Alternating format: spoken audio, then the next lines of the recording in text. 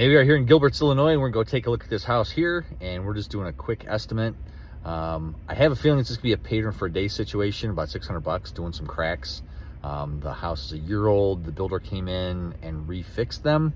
I haven't seen what they look like. He just said they came in, did a quick coat, and then they used flat paint on everything, same color everywhere.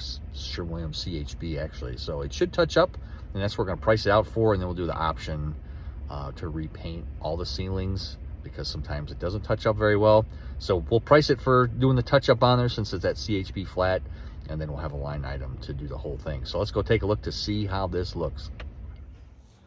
All right, so here's a crack proposing to fix. They just had the builder come back for the 1 year, and all they do is the skim coat. So you can still see from there to there, you can still see that crack. Homer said they cut it out, but we'll have to still cut that again because it popped out again. And then there's that spot there that they fixed, and then the spot there, and the spot there. So they just did a quick coat on there with the finish coat, so we'll have to sand that. It may need one more hit afterwards. I can't quite tell till it's sanded, but we'll hit those three, re-hit that crack, and then there's one more right there, and there's a nail pop above the sink.